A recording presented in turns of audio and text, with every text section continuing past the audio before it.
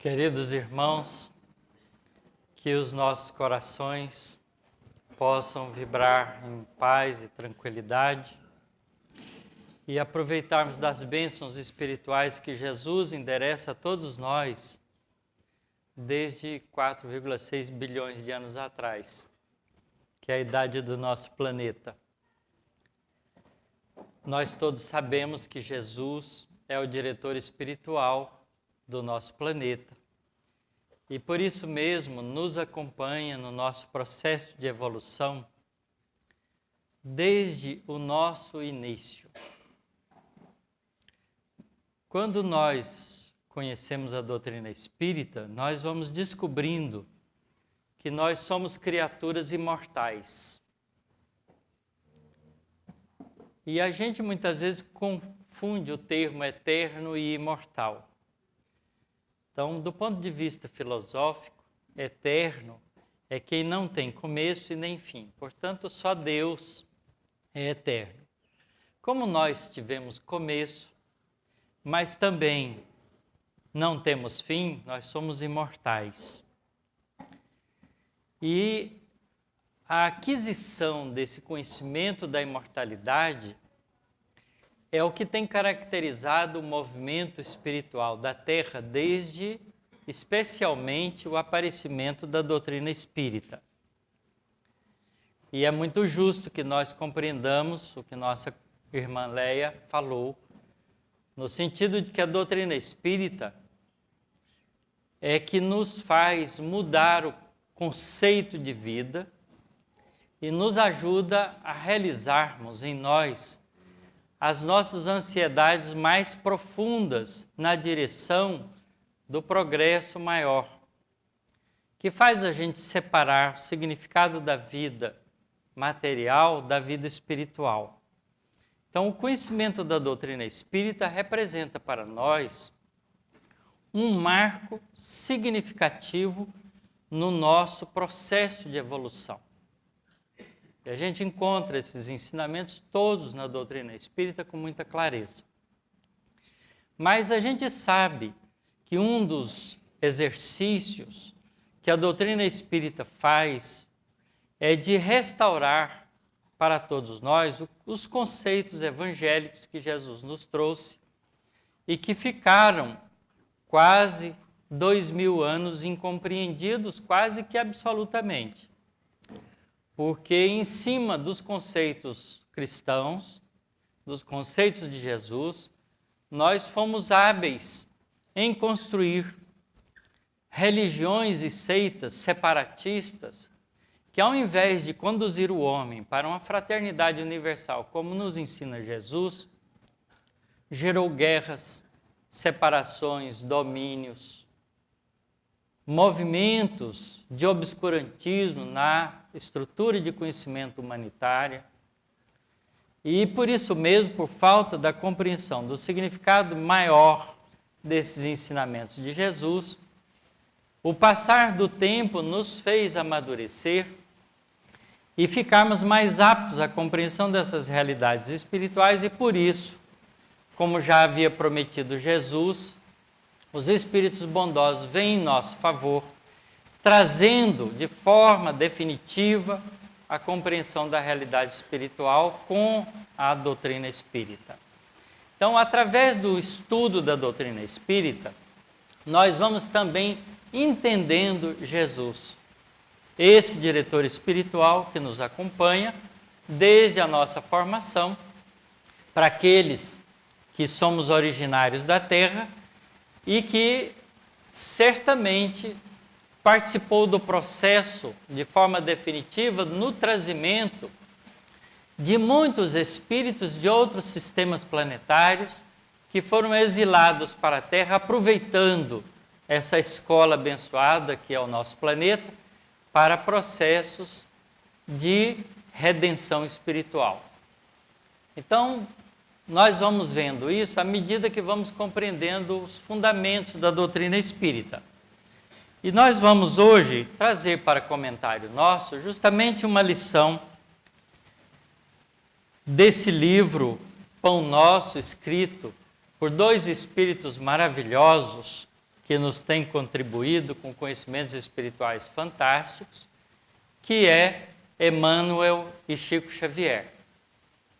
Essa parceria Emmanuel e Chico Xavier, um com corpo, outro sem corpo, isso não faz muita diferença, vieram construir uma tarefa de detalhamento, esclarecimento da doutrina espírita e do Evangelho de uma maneira muito simples, para que pudesse ficar ao alcance de todos nós essas realidades espirituais. Nós já sabemos, através da mediunidade do Divaldo, que o Emmanuel está reencarnado e tem mais ou menos 4, 5 anos de idade. E agora é a vez do Chico, né? Dar ordens para ele. É assim que funciona, os espíritos são tão bondosos que trocam de posições para cumprir tarefas divinas. E a gente está longe de compreender isso, porque nós somos pessoas que queremos destaques sociais, títulos, importância. Isso é que mexe conosco. E os espíritos bondosos, né, assumem a vestidura humilde do desconhecido para prestar trabalho. Não sabemos direito quem é Emmanuel, nem quem é Chico Xavier. E agora Emmanuel está disfarçado com um novo corpo físico e a gente não vai saber quem ele é. Mas ele certamente continuará trabalhando pelo bem comum. E nesse livro, chamado Pão Nosso, escrito pelos dois, na lição de número 132, Emmanuel escolhe um pequeno trecho de Paulo de Tarso, na segunda carta aos Coríntios, para nos trazer um ensinamento que é importante e que nós, como criaturas ditas religiosas, nunca podemos compreender.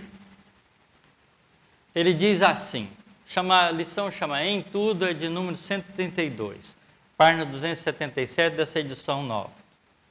Tornando-nos recomendáveis em tudo, na muita paciência, nas aflições, nas necessidades, nas angústias. Olha que frase importante. E aí esclarece Emmanuel. A maioria dos aprendizes do Evangelho não encara seriamente o fundo religioso da vida, senão nas atividades do culto exterior. Na concepção de muitos, bastará frequentar assíduos as assembleias da fé e todos os enigmas da alma estarão decifrados no capítulo das relações com Deus.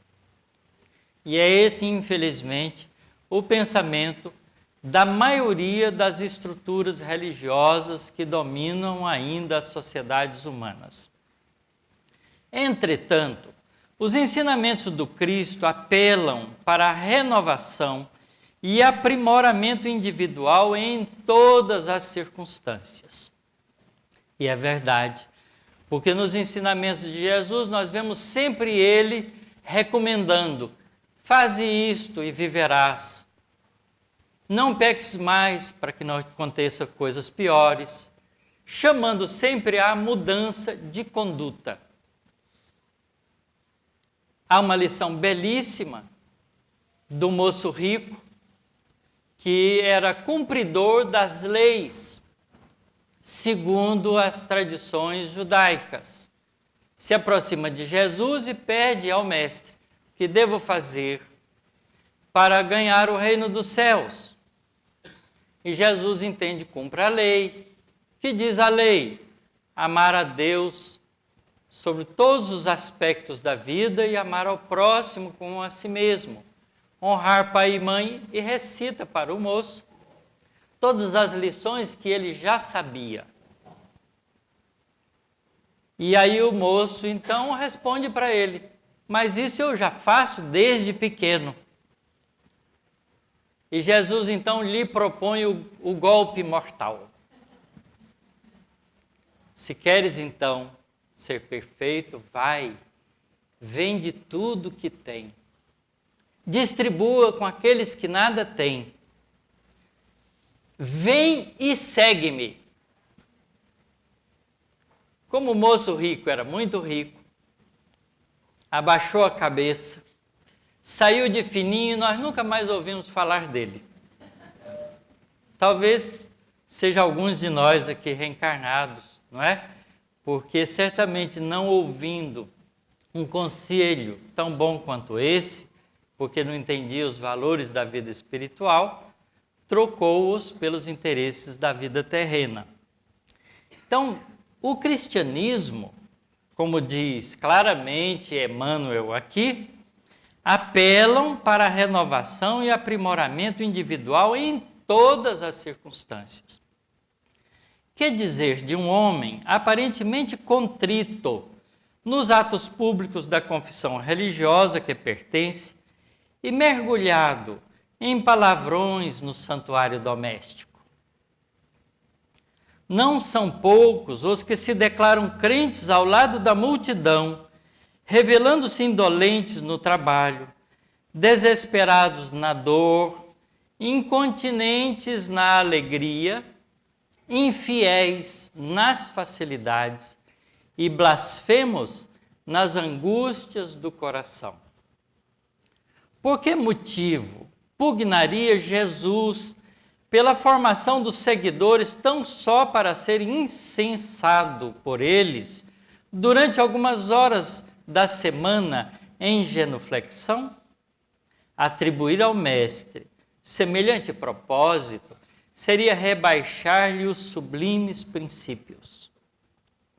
É indispensável que os aprendizes se tornem recomendáveis em tudo, como diz Paulo, revelando a excelência das ideias que os alimentam, tanto em casa quanto nas igrejas, tanto nos serviços comuns quanto nas vias públicas.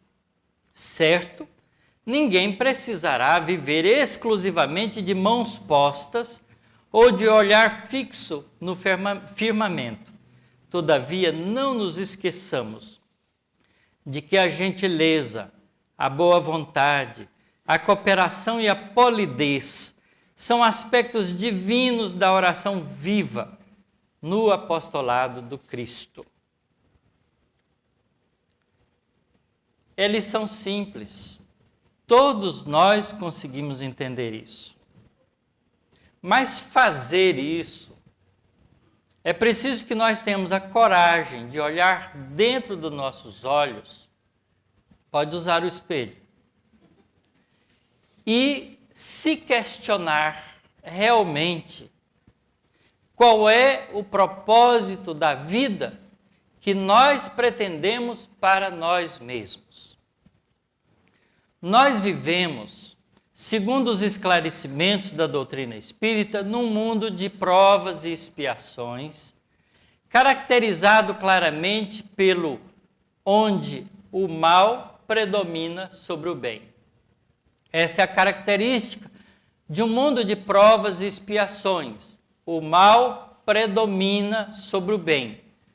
Porque no mundo de provas e expiações, a ignorância do espírito humano vestido da roupagem biológica, homens e mulheres, não compreendem ainda o significado espiritual da vida.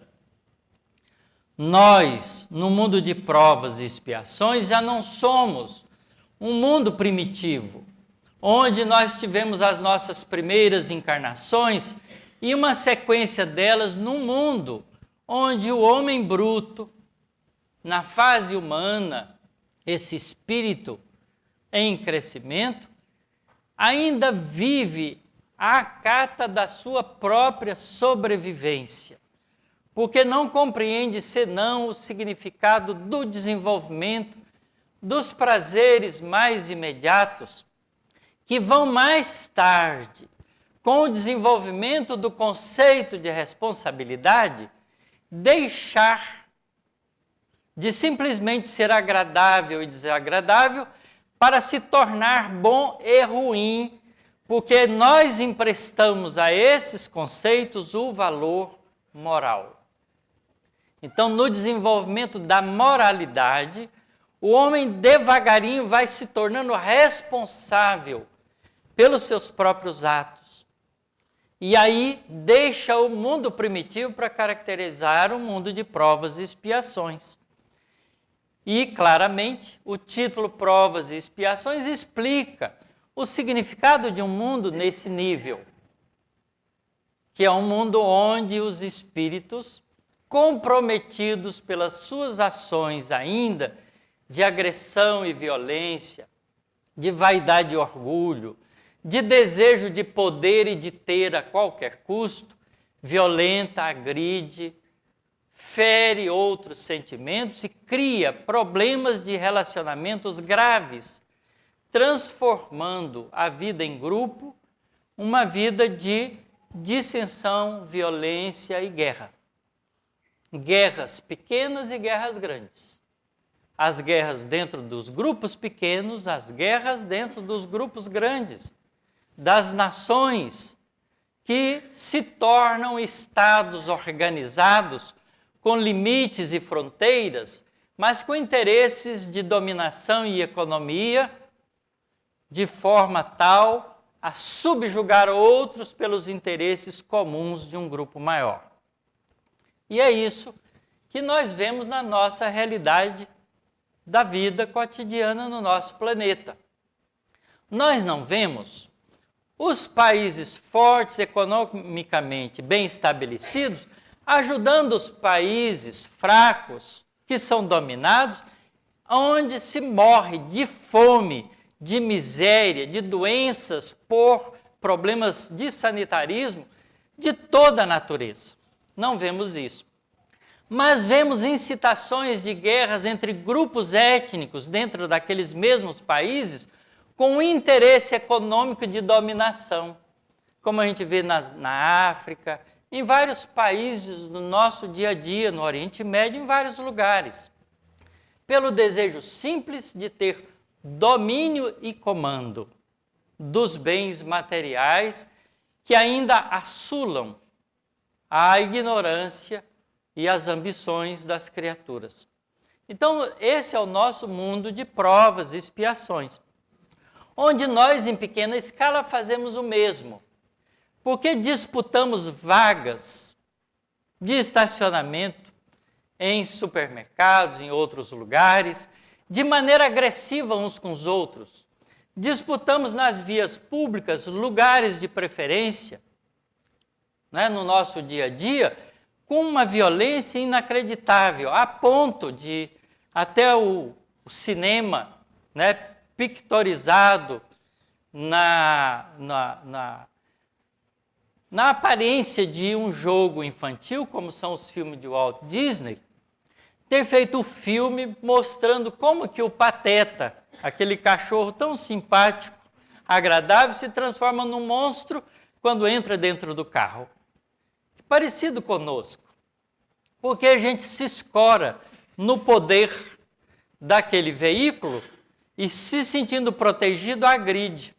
E, curiosamente, quanto maior o veículo, mais violento se torna o indivíduo, que é o que a gente vê nas estradas, no dia a dia das nossas cidades, de uma maneira insuportável, não é? Quantas criaturas morrem por esse tipo de ação na nossa vida cotidiana, mostrando ainda que nós não incorporamos em nós esses ensinamentos de valor espiritual que nos convida a esse olhar direto nos nossos olhos para um convite a uma mudança significativa e de forma definitiva no nosso modus vivendi, nos fazendo, então, sermos criaturas observadas em destaque pela diferenciação de comportamento em qualquer lugar que nós estivermos. Então, é muito sério.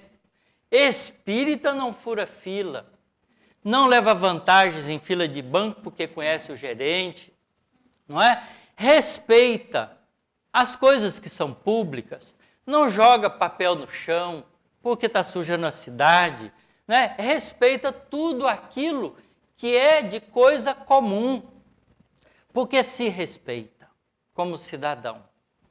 Então, o espírita, o indivíduo que compreende os ensinamentos de Jesus à luz da imortalidade da alma, porque há uma diferença grande em bater no peito e dizer-se cristão e saber o que significa ser cristão.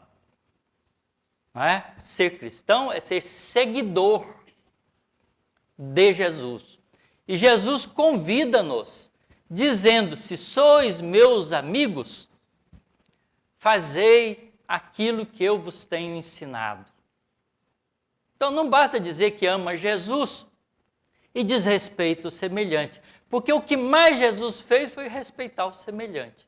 Respeitou tanto o fariseu, convidando-o a uma mudança de comportamento, quanto a mulher adúltera. Igualmente como o ladrão que foi crucificado ao seu lado, como todas as criaturas que conviveram com ele. Então, esse entendimento nós só vamos ter quando entendemos que somos realmente criaturas imortais. Porque nós ainda estamos, característica de um mundo de provas e expiações, ainda no jogo do que vale a pena, se é interessante fazer. Nós não descobrimos que vale a pena fazer o bem pelo bem que o próprio bem nos traz. Nós ainda não percebemos isso. Então, nós só fazemos o bem quando a gente quer algo em troca. Nós negociamos com as religiões. Eu dou o dízimo, mas, meu Deus, eu não quero passar aperto na minha vida. Não é um negócio. Quantas religiões têm ensinado esse tipo de comportamento? Não é? Como diz um amigo nosso, mostram o caminho de Deus, mas fica no pedágio. Então, é preciso que a gente mude a visão da vida. Se nós não formos capazes de fazer essa modificação real de comportamento, nós não somos ainda criaturas aptas a sair de um mundo de provas e expiações. Portanto, se a Terra está em plena movimentação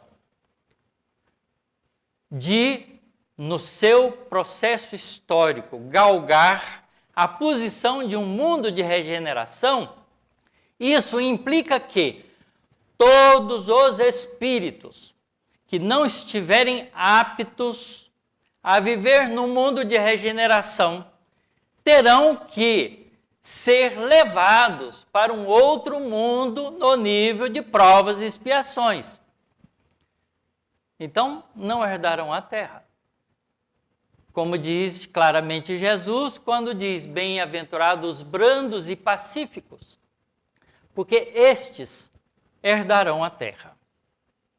Já anunciando há 2000 anos atrás para nós, que como um diretor espiritual atento e competente, que tem uma visão de realidade, não de 5 anos, ou 4 anos, ou 10 anos, mas de milhares de anos, de milhões de anos, de bilhões de anos, porque acompanha a Terra há 4,6 bilhões de anos no seu progresso, dirigindo o progresso do nosso planeta, sabe muito bem que 2000 anos significa pouco nessa história de progresso, e sabendo do mecanismo evolucionário, porque é um espírito que já trilhou esse caminho, podia anunciar para nós essa mudança para que a Terra pudesse abrigar, então, na sua história evolucionária, espíritos no processo de regeneração. Agora, curiosamente, nós precisamos entender o que significa mundo de regeneração, para ver, olhando para nós, nos vendo como espíritos imortais, se nós realmente estaríamos aptos a viver no mundo de regeneração. Então, esse olhar, olho no olho, que a gente tem que fazer conosco mesmo, é de fundamental importância e não pode ser deixado para depois. É agora ou perdemos o bonde. Não há como escapar dessa realidade. No livro Apocalipse, escrito pelo Espírito, ditado por Jesus, na verdade, mostrado por Jesus a João Evangelista, num processo de desdobramento mediúnico, onde ele deixa o corpo físico e entra em contato com a realidade espiritual, Jesus lhe mostra essa história. Está todo ali descrito em linguagem simbólica, de difícil compreensão, é verdade. Mas quem ler o Apocalipse com muita atenção, não uma vez, mas 20 vezes, 30 vezes, vai compreender o significado maravilhoso desse projeto, dessa planificação feita por Jesus, junto com os espíritos superiores, que em obediência fraterna a Ele, governam o nosso planeta, porque Jesus não governa o nosso planeta sem muitos ministros. Então, organizam e planejam e anunciam ali a nova Jerusalém, na linguagem simbólica do mundo de regeneração, onde a árvore da vida estará ao alcance de todos. E quem comer do fruto dessa árvore viverá na linguagem para sempre, porque deixará de pensar como homem e mulher e pensará como espírito em trânsito, vestido com arcabouço biológico masculino ou feminino, que é uma diferença de ponto de vista absolutamente fantástica de diferente. Então, essa visão nós a conseguimos dentro dos conceitos da doutrina espírita, que abre os nossos olhos e os nossos ouvidos para que a gente ouça com ouvidos de ouvir e veja com os olhos de ver as lições de Jesus. Porque Jesus, quando ensinava, ele chamava atenção para isso. Porque só ia entender as lições dele quem tivesse ouvidos de ouvir, quem tivesse olhos de ver.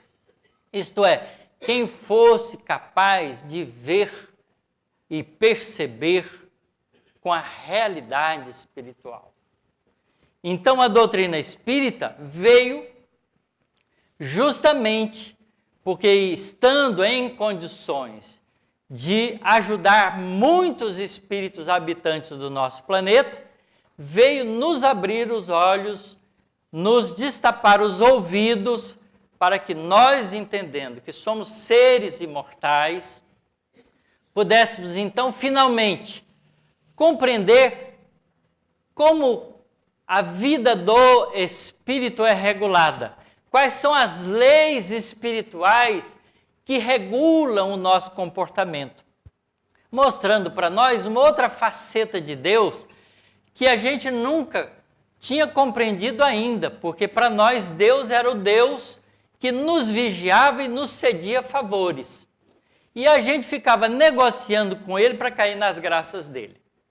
Então fazia promessas, não é? Fazia até esforço de ser melhorzinho de vez em quando, cumpria algum dever de religiosidade para ver se Deus, né, se sentisse enganado por nós e nos cedesse algo em troca. Quer dizer, um amesquinhamento completo da ideia de Deus, que a própria doutrina espírita nos muda. E vejam que o livro primeiro que foi publicado do conhecimento da realidade espiritual ditado pelos espíritos foi justamente o livro dos espíritos, com a primeira pergunta sendo essa relativa a Deus. Inteligência suprema e causa primária de todas as coisas.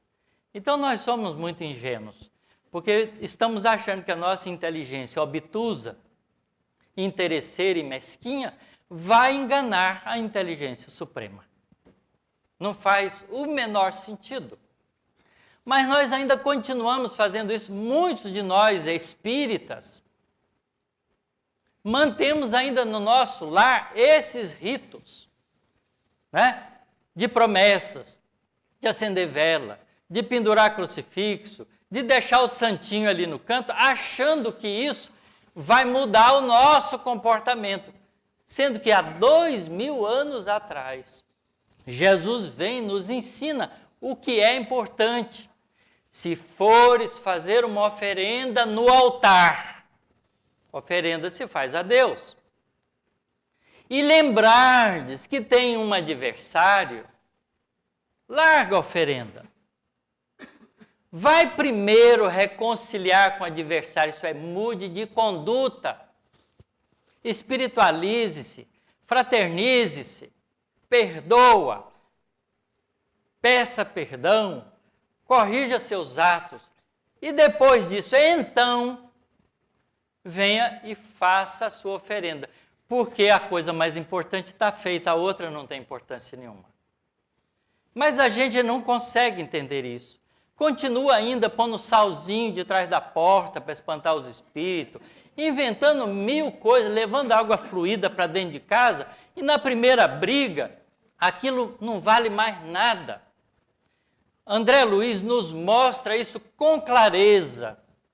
Ele acompanha um casal que estava sendo atendido pela assistência espiritual em que ele participava, e junto desse casal entra no carro com ele, junto com o companheiro, o espírito que estava junto, e vão com eles entram numa igreja católica.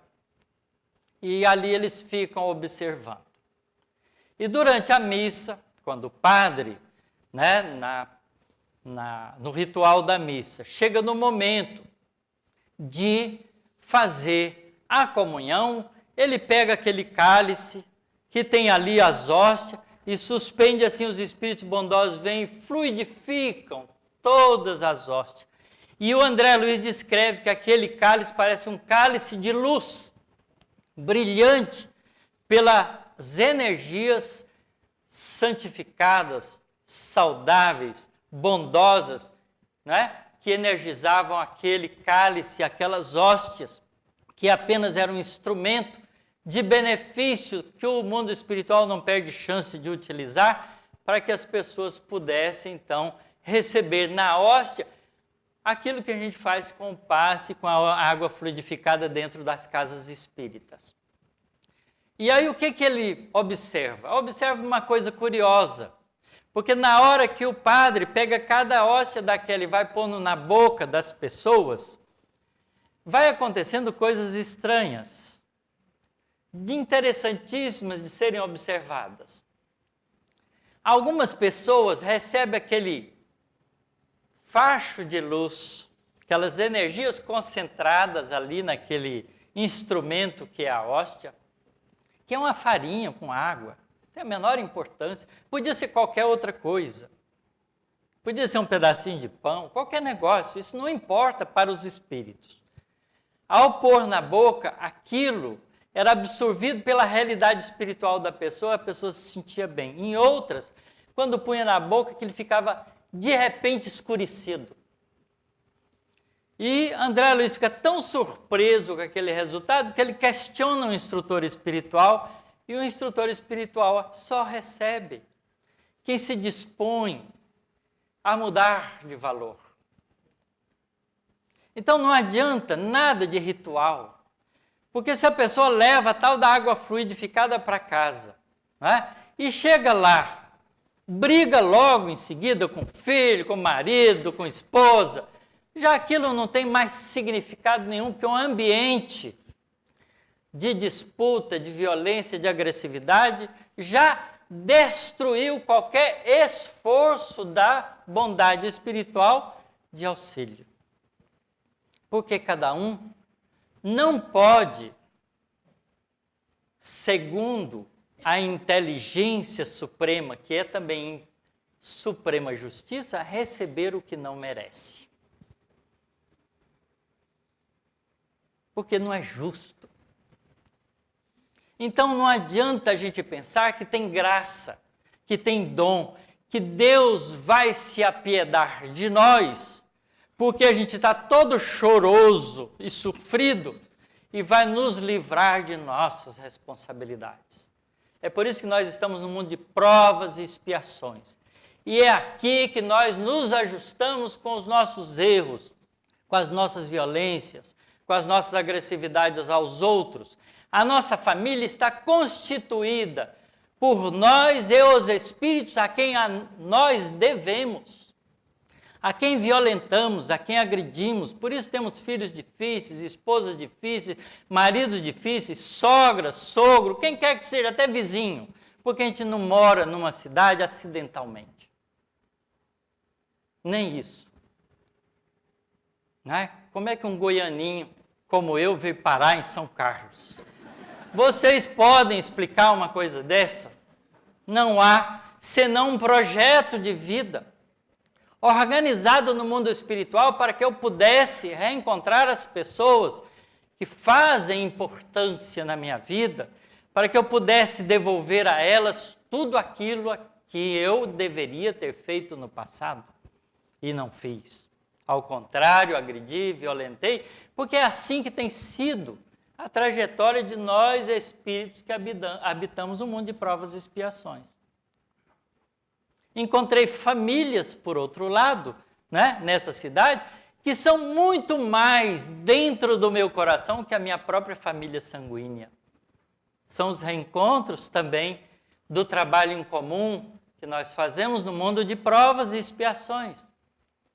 Porque 4 coisas nós viemos fazer aqui e que participamos de alguma forma do plano para isso, a grande maioria de nós, para realizarmos no processo reencarnatório.